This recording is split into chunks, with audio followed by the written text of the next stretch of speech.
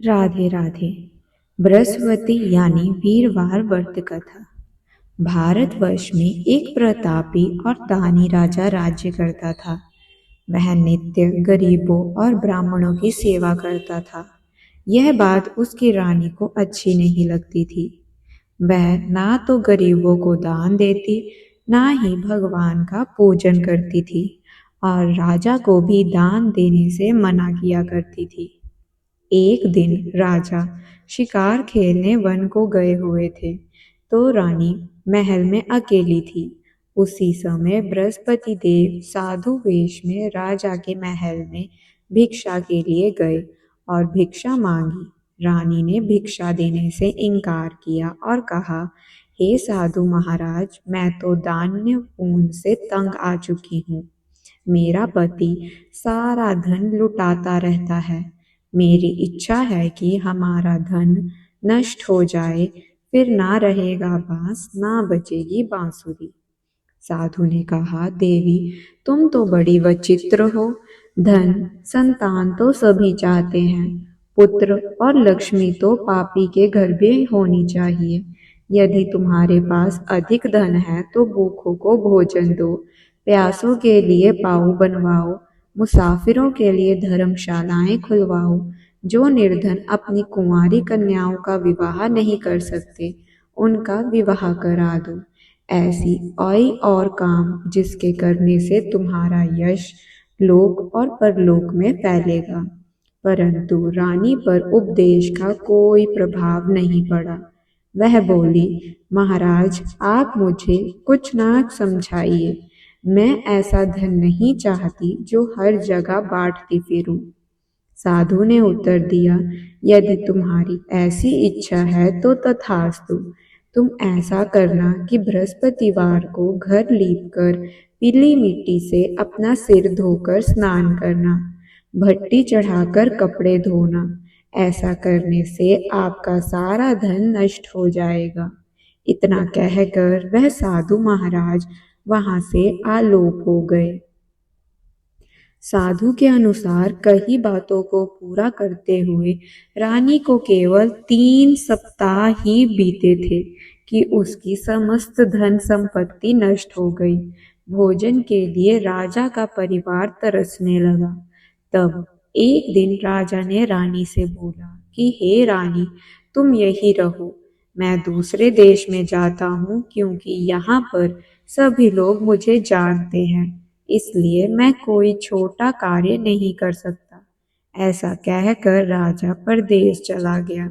वहां वह जंगल से लकड़ी काट कर लाता और शहर में बेचता। इस तरह वह अपना सारा जीवन व्यतीत करने लगा। इधर राजा के परदेश जाते ही रानी और दासी दुखी रहने लगी। एक बार जब रानी और दासी को 7 दिन तक बिना भोजन के रहना पड़ा, तो रानी ने अपनी दासी से कहा, हे दासी, पास ही के नगर में मेरी बहन रहती है। वह बड़ी धनवान है। तू उसके पास जा और कुछ ले आ, ताकि थोड़ा बहुत गुजर बसर हो जाए। दासी रानी की बहन के पास गई। उस दिन बुधवार था और रानी की बहन उस समय बृहस्पति व्रत कथा सुन रही थी। दासी ने रानी की बहन को अपनी रानी का संदेश दिया, लेकिन रानी की बड़ी बहन ने कोई उत्तर नहीं दिया। जब दासी को रानी की बहन से कोई उत्तर नहीं मिला, तो वह बहुत दुखी हुई और उसे क्रोध भी आया। दासी ने वापस आकर रानी को सारी बात बता दी।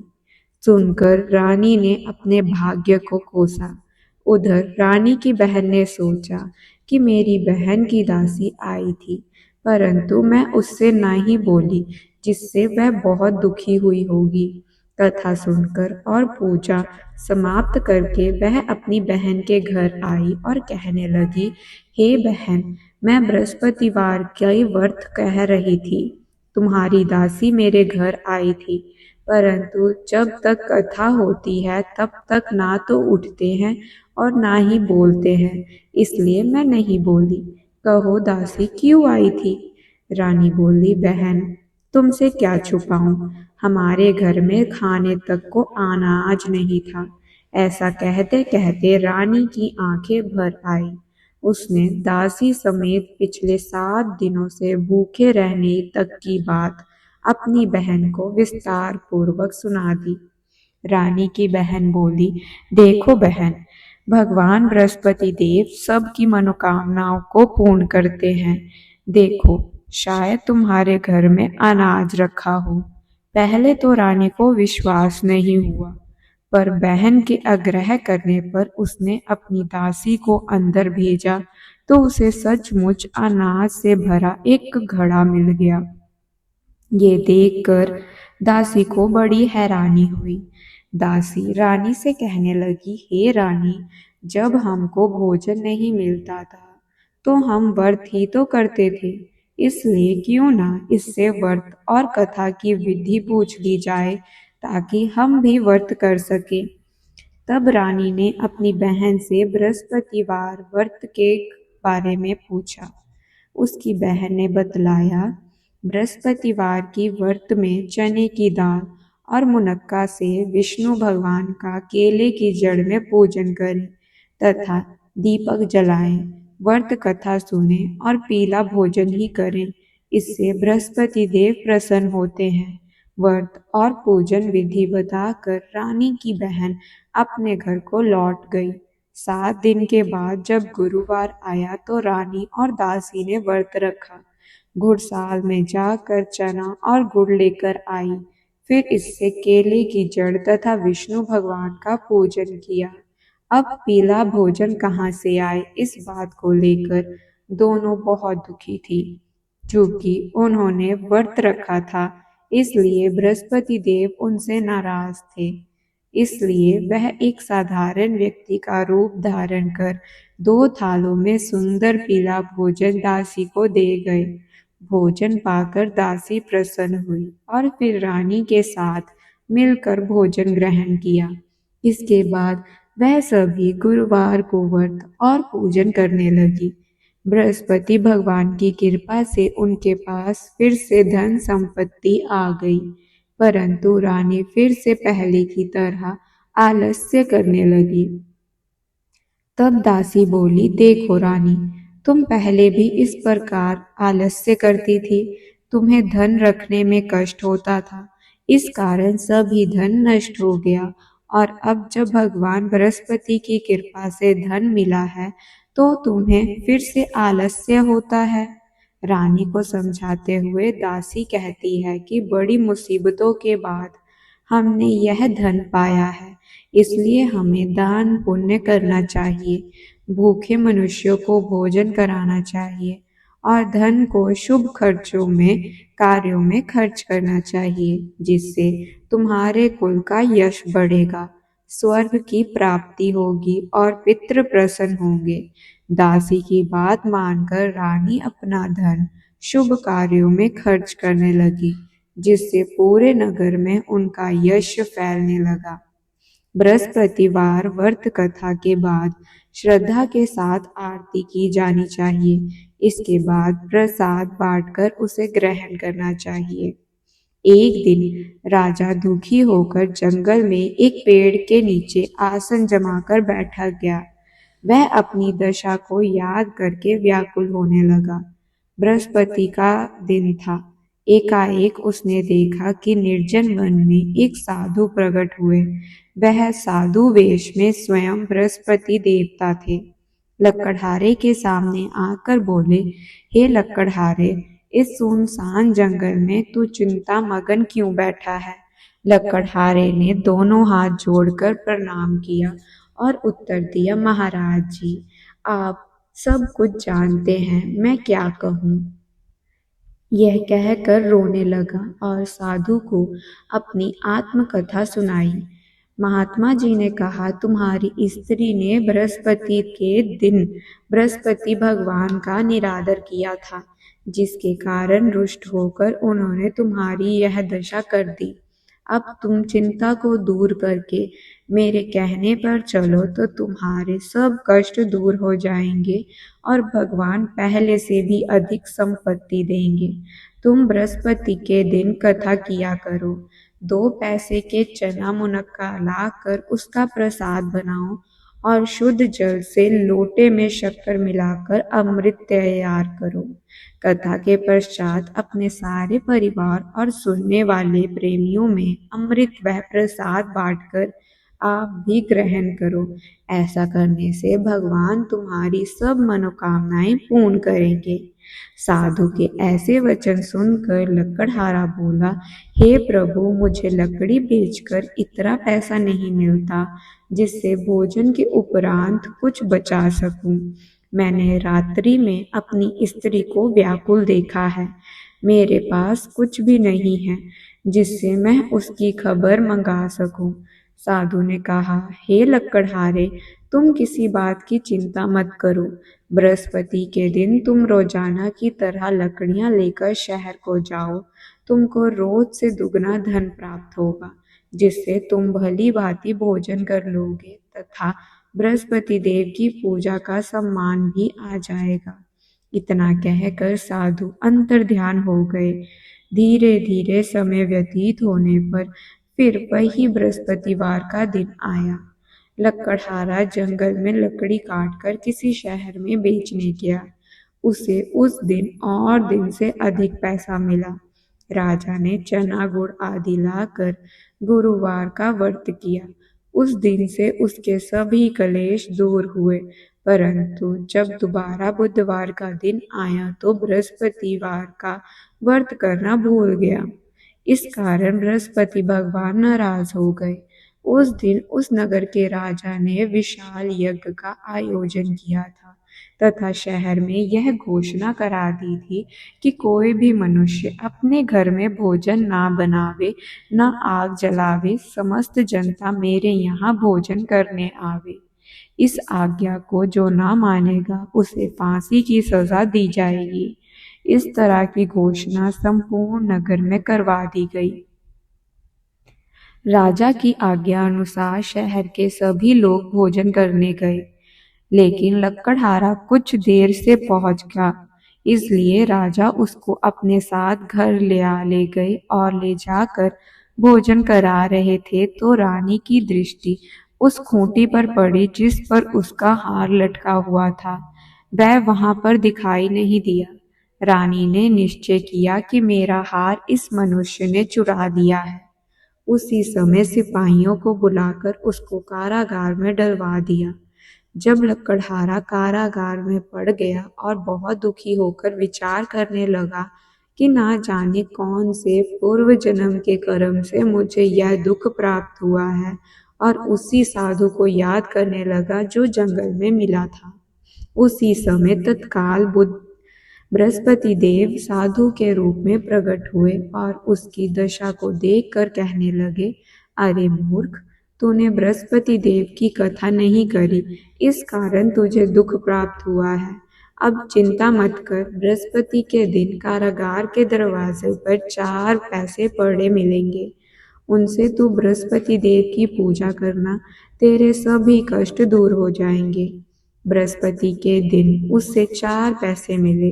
लकड़हारे ने कथा करी। उसी रात्रि को बृहस्पति देव ने उस नगर के राजा को स्वप्न में कहा, हे राजा, तुमने जिस आदमी को कारागार में बंद कर रखा है वह निर्दोष है, वह राजा है, उसे छोड़ देना।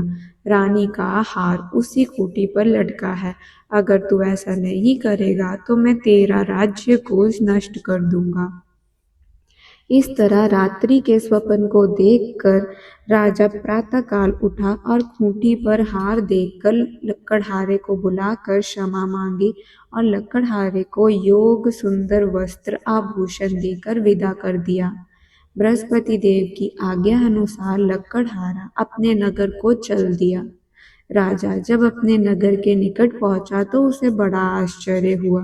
नगर में पहले से अधिक बाग, तालाब, कुएं तथा बहुत सी धर्मशाला, मंदिर आदि बन गई हैं। राजा ने पूछा, यह किसका बाग है और धर्मशाला है? तब नगर के सब लोग कहने लगे, यह सब रानी और बादी के हैं। तो राजा को आश्चर्य हुआ और गुस्सा भी आया। जब रानी ने यह खबर सुनी कि राजा आ रहे हैं तो उसने बादी से कहा, हे दासी, देख, राजा हमको कितनी बुरी हालत में छोड़ गए थे। हमारी ऐसी हालत देखकर वह लौट ना जाए, इसलिए तू दरवाजे पे खड़ी हो जा। आज्ञानुसार दासी दरवाजे पर खड़ी हो गई। राजा आए तो उन्होंने अपने साथ ले आई। तब राजा ने क्रोध कर कर अपनी रानी से पूछा कि यह धन तुम्हें कैसे प्राप्त हुआ। तब उन्होंने कहा कि हमें यह सब धन बृहस्पति देव के इस व्रत के प्रभाव से प्राप्त हुआ है। राजा ने निश्चय किया कि 7 रोज बाद जो सभी बृहस्पति देव का पूजन करते हैं, परंतु मैं प्रतिदिन दिन में 3 बार कहानी तथा रोज व्रत किया करूँगा। अब हर समय राजा के दुपट्टे में चने की दाल बंधी रहती तथा दिन में 3 बार कहानी कहता। एक रोज राजा ने विचार किया कि चलो अपनी बहन के यहाँ हो आऊं। इस तरह निश्चय कर राजा घोड़ी पर सवार हो अपनी बहन के यहाँ को चला गया। मार्ग में उसने देखा कि कुछ आदमी एक मुर्दे को लिए जा रहे थे। उन्हें रोक कर राजा कहने लगा, अरे भाइयों, मेरी बृहस्पति देव की कथा सुन लो। वह बोले, लो, हमारा तो आदमी मर गया है, इसको अपनी कथा की पड़ी है। परंतु कुछ आदमी बोले, अच्छा कहो, हम तुम्हारी कथा भी सुनेंगे।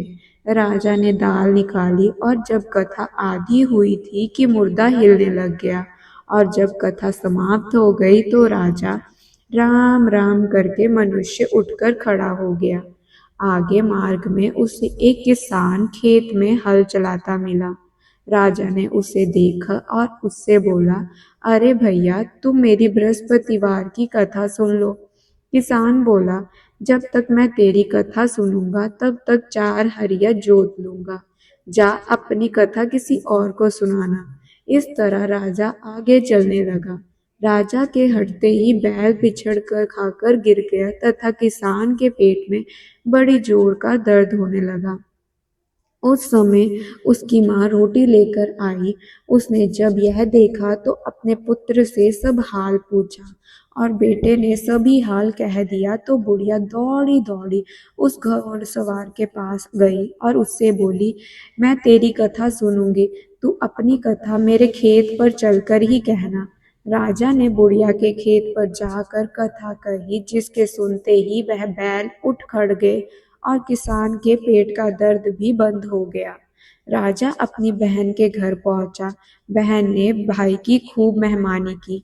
दूसरे रोज प्रातःकाल राजा जागा तो वह देखने लगा कि सब लोग भोजन कर रहे हैं। राजा ने अपनी बहन से कहा, ऐसा कोई मनुष्य है जिसने भोजन ना किया हो? मेरी बृहस्पतिवार की कथा सुन ले। बहन बोली, हे भैया, यह देश ऐसा ही है कि पहले यहाँ लोग भोजन करते हैं, बाद में अन्य काम करते हैं। अगर कोई पड़ोस में हो तो देखाऊं। वह ऐसा कहकर देखने चली गई, परंतु उसे ऐसा कोई व्यक्ति नहीं मिला जिसने भोजन ना किया हो। अंत वहां एक कुम्हार के घर गई, जिसका लड़का बीमार था। उसे मालूम हुआ कि उसके यहाँ 3 रोज से किसी ने भोजन नहीं किया।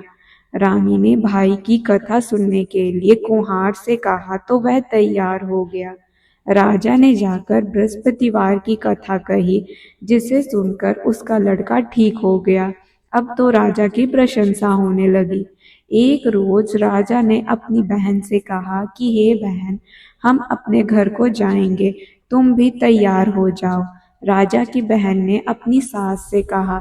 सास ने कहा कि हाँ, चली जा, परंतु अपने लड़कों को मत लेकर जाना, क्योंकि तेरे भाई की कोई औलाद नहीं।